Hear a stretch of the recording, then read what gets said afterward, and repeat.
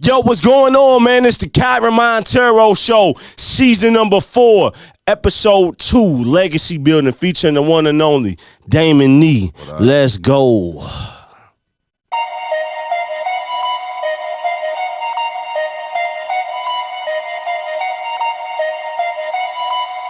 Hope y'all feeling good out there in the universe right now, man. Yeah, schools, yeah. Face Squad in this thing today, man. Hey. Tell them I shut it down. I shut it down. I'm levitating, so that means I'm off the ground. I'm feeling it, so that means I'm about to clown. I tell them please excuse her, cause somebody might drown. I shut it down, shut it down. I'm levitating, so that means I'm off the ground. Yes, sir. I'm feeling it, so that means I'm about to clown. I tell them please excuse her, cause somebody might drown. Had to tell them, boy, for the broken back at it again. What's going on, everybody? My name is Kyren Monteiro. Welcome to the KYREN Monteiro Show, season number 4, episode number 2. I almost got that wrong, man. Round of applause for y'all, man. Make sure that you listen to the podcast on Apple Podcasts, Google Podcasts, which is now turning into YouTube Podcasts, Spotify, Amazon Music, all the major podcast platforms, man. We got a great episode, man. I got the one and only Daimon Nee. What's happening, man? What's up, man? What's good with you, bro? Man, so check this out, y'all. Daimon Nee is a hip-hop recording artist, signing Engage Records. He is a songwriter, performer, a father, a son, a friend, and my brother, the one and only Daimon Nee. What's good with it, man? What's good with you, bro? You been all right? Hey, bro, we've been busy, man. Boy, have we ever. 2024 has been a great, strong start. It's a lot of work to get done. A month in. Yeah, it's already February. Speaking of which, February 2024, Happy Black History Month. Yes, sir. Happy Black History Month. Yeah, Happy Black History Month, man. Shout out to the culture. Shout out to the culture, man. We want to say, we honor and thank our ancestors that put in work for us to stand on their shoulders. Absolutely. Today. Moment of silence real quick for those that we've lost.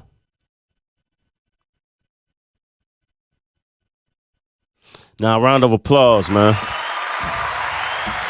Thank y'all. May y'all rest in peace. Thank you for the work that you put in. Yes, sir. Daimon Nee. What's up? We got this episode called Legacy Building. How you doing today, man? Man, I'm doing good. I'm feeling good, man. You feeling good? Yeah, I am. I woke up feeling great. I'm just blessed. So I got to see Daimon Nee perform at an artist showcase for the first time last week. That was dope. I've known you for a while, over 10 years. Yeah, over 10 years.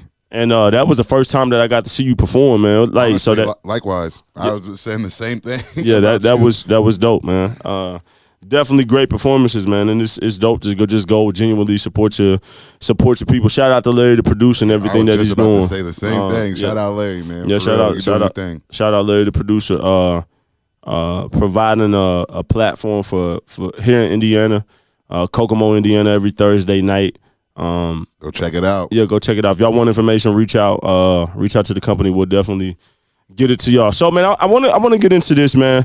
When I think about you as a person, when I think about your latest album, your debut album, Into the Moment, and just when I look at your growth and stuff, one thing I see you transitioning to and really being conscious of in your life is legacy building. And that's why I entitled this episode Legacy Building, because when I look at you as a father, a becoming businessman, and just different things, I'm looking at legacy building. Yeah, of course. I think when a man really hits that age of about 30 plus, I think you really start looking at things different. Like 100%. I think we do a lot of dumb stuff in our 20s, and it's like, yo, it's time to.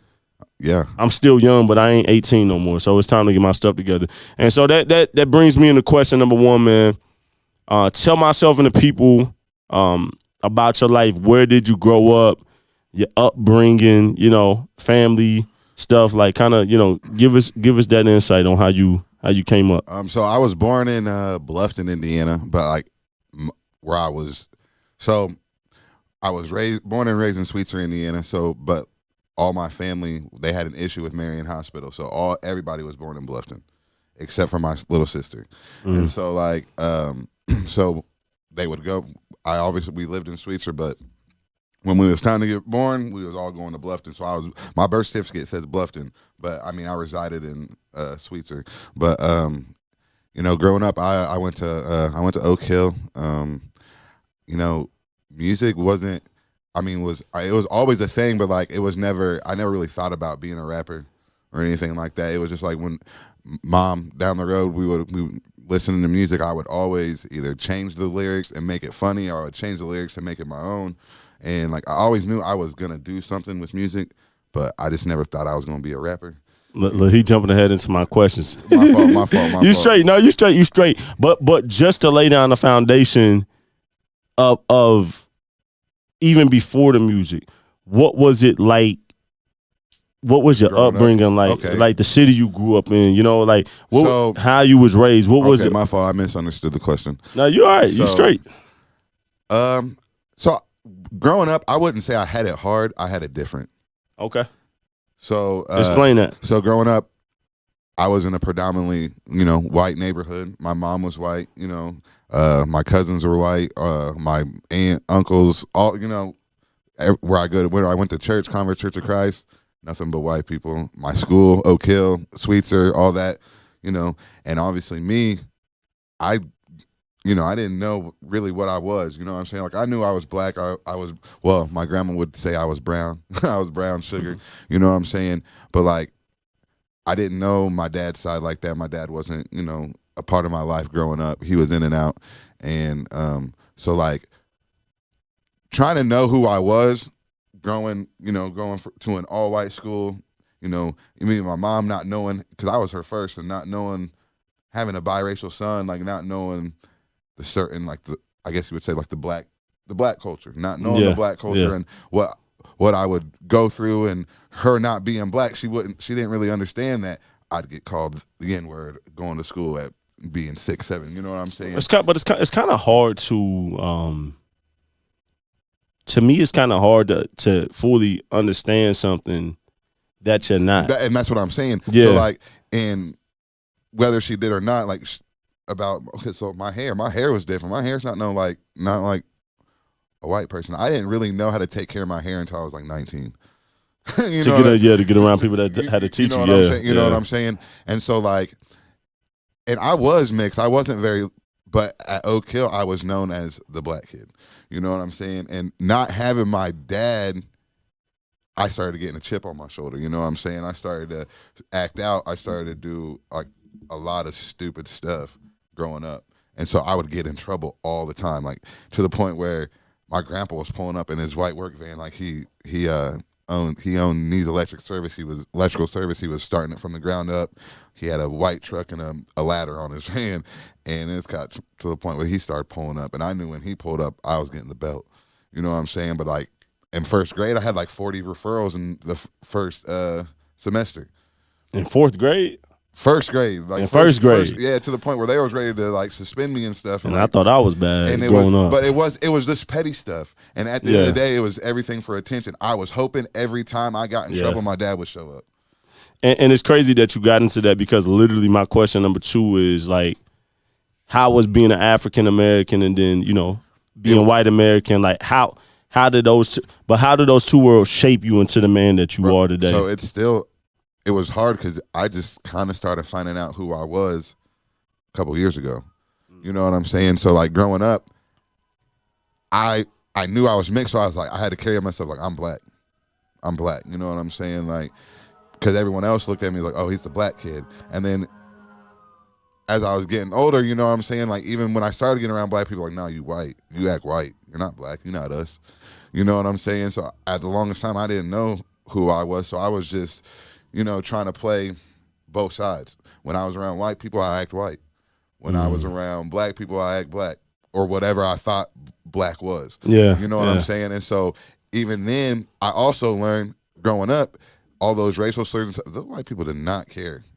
And to the point where they thought I was lying. So like, and then I learned the second guy always gets in trouble, whether I retaliated, fighting, whatever, I always got in trouble. So I was like, you know what? If you can't beat them, join them.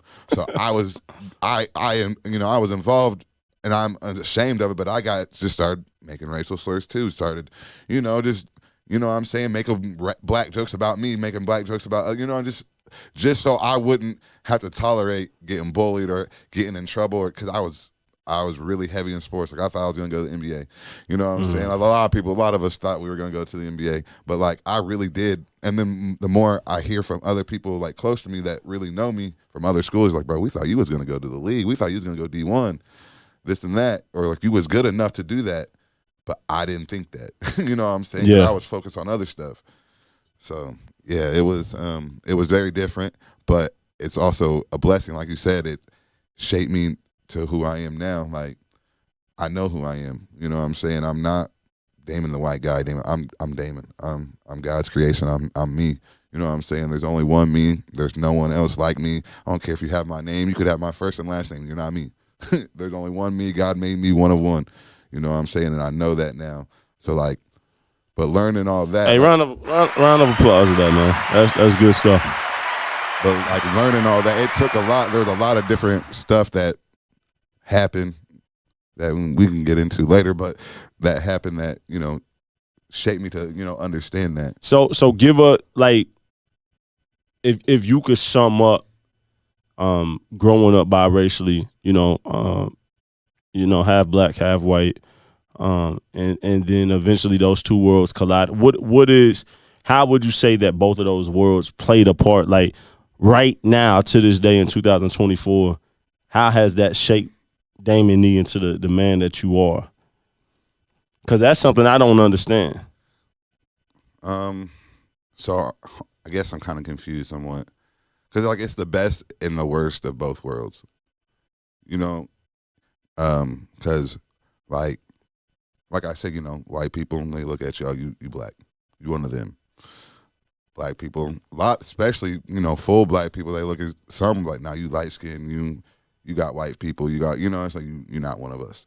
You know what I'm saying? So I guess, I don't know. I guess I don't really know how to answer your question on how it shaped me or molded me. Like it's just interesting because I know coming up, like I'm full black, and so even though I'm high yellow than a mug, I ain't that much darker than you. I'm full black, so it's like it was interesting.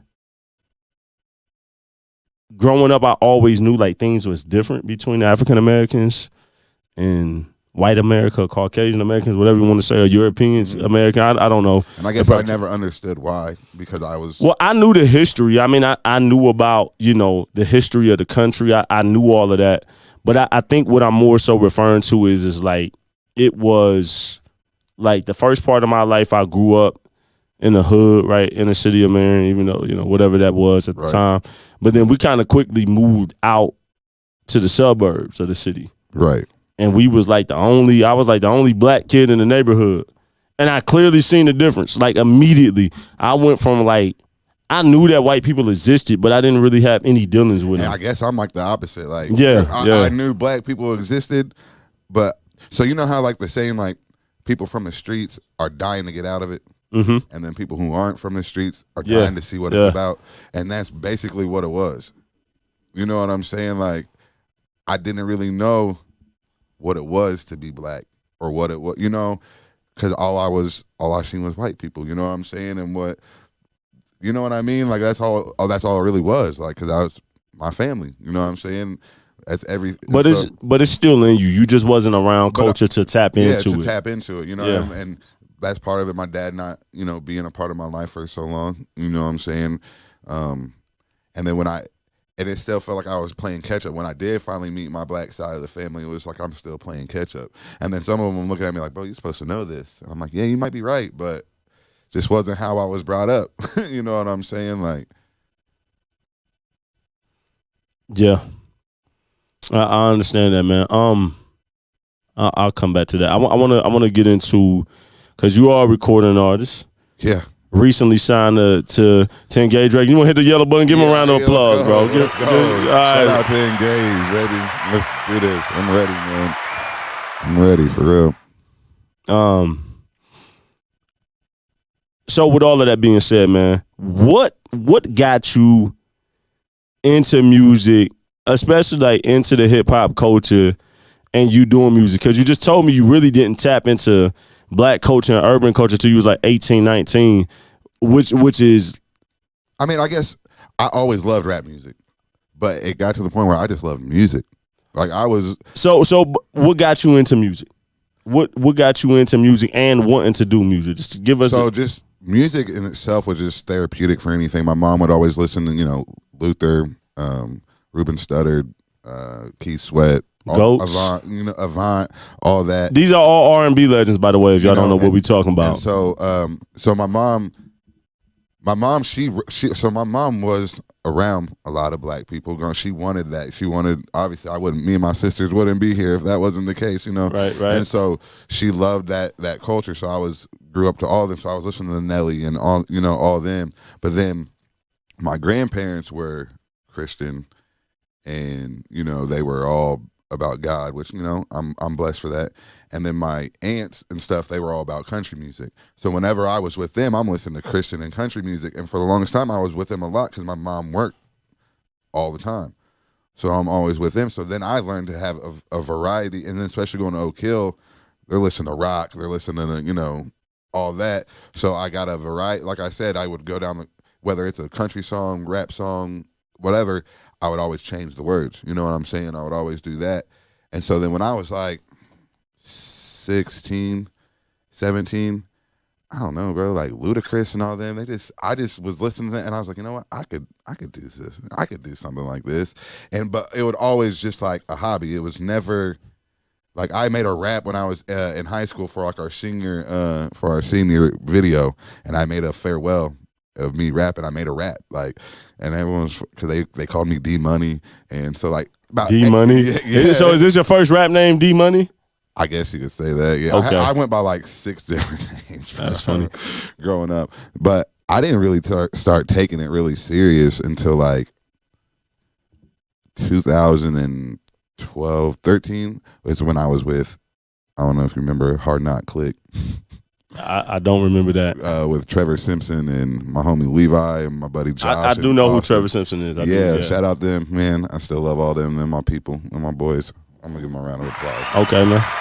But yeah, then that's when I really started taking like because we dropped that what was it? I'm a Wild Boy, that song by MGK. Mm-hmm. We did a remix to that. Okay. And that was my first song ever I put out like that. And we got like 9,000 views, bro, like in a week. And I just was like, oh, I might actually be good at this. Like, this might be something, you know what I mean? Like that I could do. And honestly, who really started me rapping was my cousin Dom. Okay. Shout out Dom Diamond. He that was the first person I ever really, rapped with. But there was this one when I was like 12. I went to Ohio, and there's this guy named Elijah Brewer, and he did something with what's his name? Dude who did Switch Lanes, Mike Posner. Okay. Like he ended up doing something with Mike Posner, but he was actually, now that I think about it, he was the first person, because he came and got me. We went to Toledo, and from Marion to Toledo, he had beats, and he was like, just try to rap. Just try to do it. And so I'm like talking about cars and candy bars and stuff like that. And this is at 12 years old? Yeah, that was 12. I just remember that because they were all going to Shipshewana because they would do that every year. It was around Christmas. And I was acting out. So mom was like, you're going to go with Elix and Elijah. So Elijah came and got me. And it's all bringing back memories. That's when I first ever thought about what rapping could be. But like 16, 17 is when I really started trying to put songs to, or words to beats. So how would you say that how is hip hop culture in a rap genre, which is the genre of hip hop, mm-hmm. how has the culture in the genre of hip hop and rap impacted your life? Impacted my life? So like I said, I didn't listen to a lot of rap and hip hop unless it was with my mom. So I was listening to a lot of like Green Day and stupid stuff like that. But like I said, when I got older, I started listening to more. It was Ludacris, it was Kanye, and then obviously when Drake started getting popular, it was Drake, it was Wayne. Wayne was my number one. Like I was, especially at Oak Hill, all the white boys, they loved Lil Wayne. They was always listening to Lil Wayne. But Lil Wayne was is my idol, honestly. That's why he was probably the reason why I wanted to rap too. You know, because I was like, man, his wordplay and everything. But like, then I started listening to the legends, like, you know, Jay-Z, Nas, Pac, Biggie. Biggie was one of my, especially when Hardball came out, really started listening to Biggie after Big Papa. I had never heard Big Papa, and my mom was like, you never heard this? And I was like, so then I really started listening to Biggie and them. But like, I don't know, that whole era, I'm still feel like I'm stuck in. So when I rap, I'm not thinking about this new era. When I rap, I'm thinking about the Luda flows, the Jeezys, the Nellies, all that, you know what I mean? All that type of stuff. I'm not thinking about this NBA YoungBoy and, you know, Kodak and all that, which, you know, they do what they do, but that's just not, you know, they haven't impacted me at all. You know what I'm saying? Like the Rod Waves and all that, they have not changed my style and how I want to, you know, do music and stuff like that. It's been the old heads. Yeah. So I hear you talking about the genre of hip hop, which is rap. But what about the culture, the fashion, the slang, things like the jewelry, the dancing, the mentality? How has the hip hop culture, like, how has that played? Because obviously you being a part of it is going to play a part. You know. I know, and I don't know, man. Like, that, all that is really cool. Like, I don't get it twisted. I like that, but that's not why I like the rap. That's not, you know what I mean? Like, I could care less about the chains and all that, and like all the good clothes and all that. Like, maybe I should, maybe I shouldn't. I don't know. But to me personally, I don't care. I really don't. All that stuff doesn't impact me. It's just, I love to rap. I love to make music. I love feedback when people are like, oh, you know, what you said in your music, I'm going through right now in life. You know what I'm saying? Well, you know the origins of hip hop was because of black and brown, black and Latino, Hispanic, whatever you want to say, culture not having a voice. Yeah. Being underserved, being underprivileged, being oppressed, and ghettos and hoods all around the world. And so that's what hip hop music was. Mm-hmm. It was an expression. So it was dance and the graffiti art and rap and poetry. So and I love the dance part. Like, when growing up, I loved dancing. Actually, I still dance to this day. I took dance for a little bit, man. I used to tap dance when I was young, no cap. Dancer's Edge. They changed now, like Signature or something, CSA, or I don't know. They you know, combined with somebody, but Brandy was my instructor. Yeah, Brandy. Yep. Shout out Barry and Kevin Davis, Barry Majors and Kevin Davis. We were the only boys in that mug, man. We were the only ones, especially in that age group, in that class, and I just loved doing all that. And so at Oak Hill, that's what I was also known for. Before it was just being goofy and dancing, and like we did a senior dance, and one of the songs was a Soulja Boy song, and they had me in there, Pretty Boy Swag, just hitting the Boy Swag was fire, hitting the Dougie and all that. You know what I'm saying? Pretty Boy Swag was fire. Honestly, I ain't gonna lie, man, I can't dance, but I'll be the first person on the dance floor. Like, I can hit a little jig, you know, I can keep up with rhythm and stuff like that, but like, I ain't no Chris Brown or nothing like that. You know what I mean? But yeah, I love all that. I guess in that sense, yeah, that's impacted me a lot too. Because, you know, especially when I do my music, like I want to, you know, be able to, you know, bow my shoulders, move, you know, move my hips, stuff like that. Be able to groove to the beat. You know what I mean? So, yeah. So you made So as audio engineer, I've worked on your music sporadically since 2013. I haven't been the only engineer that's worked on your music, but I've been the best. Here you go, bro. He had round of applause for that. He had to add that. That one into there, huh? Yeah, may not be the only one, but definitely been the best. They know. He cannot go a whole show. Or come on, man. We got to talk stuff, something man. like that, man. We got to talk stuff, man. I'm already knowing. But you made a transition last year, I believe. Yeah. To stop using profanity in your music. Yeah, and that no more cussing, right? Yeah. And so something like that in hip hop music, let's say mainstream, I think the only person, I'm trying to think of people. I don't know if Will Smith cussed in it. I don't think Will Smith cussed in his music. I don't think he did either. There was Jibbs. You remember Jibbs? Do your chain hang low. Do it. King Kong, King. Yeah. So Jibbs from St. Louis. I guess I never really realized that because, you know, so many rappers do, and it's just almost. There's very few people. Me coming from the Christian hip hop world, I can tell you a ton of dudes in that space, but obviously you wouldn't expect, explicit music and Christian hip hop. Rappers who like don't label themselves as Christian rappers; they're just rappers, you know. And they could even be talking about women and all this other stuff, but don't cuss about it. They just do it in a distinct way. And mainstream culture of hip hop, which if you can do that, that's impressive too, because that's like country singing. You know what I'm saying? Like, because everyone's like, oh, just go listen to country. And I'm like, if you really listen to country, they're talking the same thing these rappers are talking about. They're just doing it in such a more distinct and, you know, like better way. Even they're not being blunt about it. Even when I think about, you know, people considered, you know, conscious rappers like Common, Talib Kweli, Mos Def, shout out to them. You know, the people like them, they still have explicit content. Right. A lot of substance to it, but still explicit. So like, you made like the Don Trips and Starlitos. Like you made a conscious decision to be like, I'm no longer going to use profanity. I'm not going to cuss in my music no more. I'm not going to have explicit content in my music no more. Why? Why did you make that decision?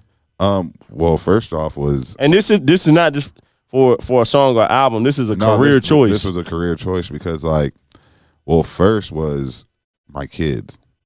I just feel like they already get so much negativity at school, so much on, you know, social media platforms, whatever music they already listening to, whether it's from, you know, other people, whatever.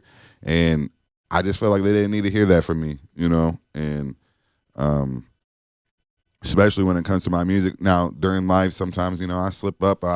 You know, them kids will get you to that point, you know what I mean? But in my music, I was like, you know, I ain't going to do that. And another reason was my grandma, before she passed, God rest her soul, rest in peace, she actually liked listening to me. So I was like, I made a song that she could actually listen to, you know what I'm saying? Because she still would listen to him, but she just like, man, she didn't like all that, you know, she couldn't listen for too much.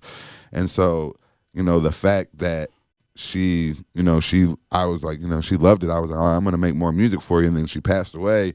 And I was like, you know, I'm going to still keep doing it. I'm not going to just stop just because she's gone. You know what I mean? And so, and it's actually, honestly, it's been really beneficial already. A lot of people that know me, like from school, all that, run into me and they're just like, oh, where can I listen to your music? And I'm like, yeah, you can. I'll tell them, and then I'm like, yeah, I don't cuss or nothing. And so, oh, my kids can listen too? I'm like, yeah, I actually got a couple of songs, like probably 4 kids, like the basketball songs.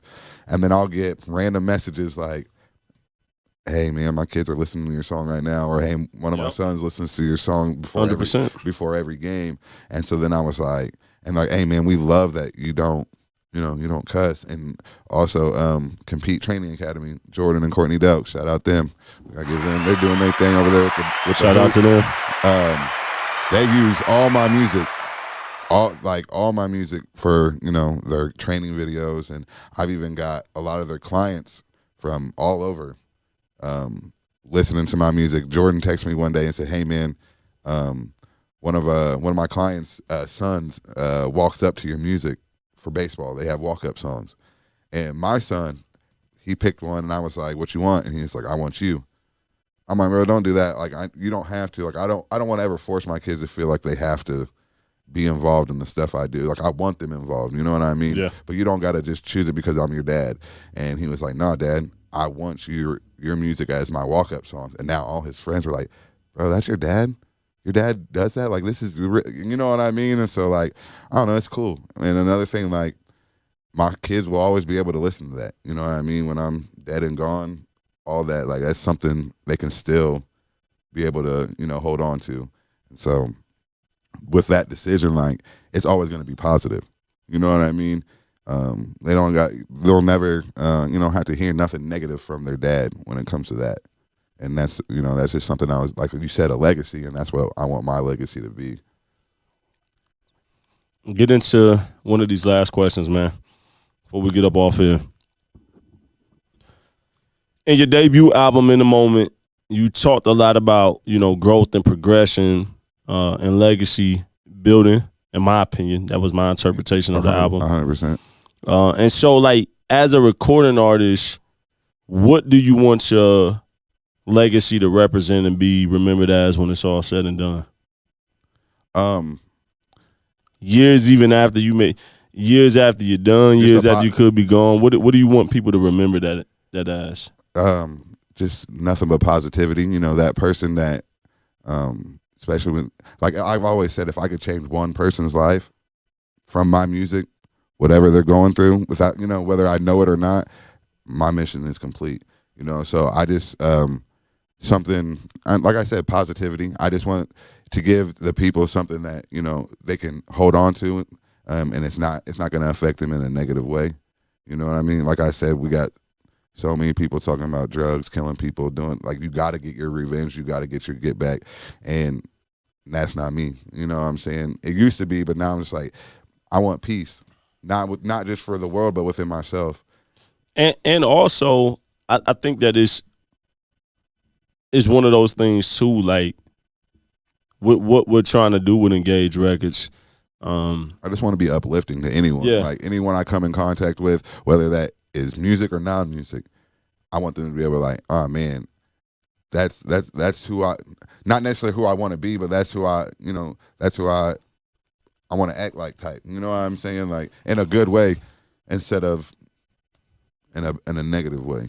This is why, you know, with you, I recommended you to the Engage Records team, because of that. It's rare. And yeah, round of applause for that, man. That's dope, man. And we're gonna have to get Damon Nee back on. There's not enough time in the world. Yeah, there's not enough time. We real. could keep going, but I feel like saving a part 2, Of course, you know, it is going to make a dope episode. Yeah, so we're gonna have to get I got you a back. lot more to say. We gotta get you back And on. I appreciate you having me on here today, man. Oh man, for sure, man. It's been a blessing, man. You got a new website that just launched. Tell people about the website. Tell them where they can go to. Yeah. So it's www.daimonnee.com. Spell that for the people, man. www.daimonee.com. It's got a couple of my songs off my debut album, In the Moment. It also will have a mailing list where you can put your email in, and you'll get all the new updates for new music, new videos, merchandise, and all that, everything you need to know. So yeah, www.daimonnee.com. I'm also on Instagram at Damon Nee Music. On Apple, Spotify, Damon Nee. That's DAIMONKNEE. And also, y'all heard it. Well, yeah, I mean, I don't want to say you heard it here first. But you're gonna hear it. But you heard it here. In whatever order. Mark this episode and mark my words this episode proves a receipt. I think signing the brother to Engage Records proved it as the biggest receipt. I think that this guy is going places, and people may not see the vision, but vision isn't for other people. It's for you. For me, that's what and for the people involved with it. And so, man, I want to thank y'all for tuning in to the KYREN Monteiro Show, Season 4, Episode 2, Legacy Building, featuring Damon Nee. Check out the podcast, Spotify, Apple Podcasts, Google Podcasts, which is converting to YouTube Podcasts, all places that you can have podcasts. Man, give them a round of applause one more time, Nee, for tuning in with us, man. I appreciate you, bro. For real. Yeah, for sure, man. Just like every other episode, man, y'all already know, man, you're dealing with a music head on this podcast. So we got to end the show with some music, man. This is my latest single, Shut It Down, which is available all on the same platforms. You can go find Damon Nee at. Engage Records is the record label, Face Squad, the movement. This is presented by Frequency Canvas Show. Shout out the team at Frequency Canvas. Let's shut it down, man.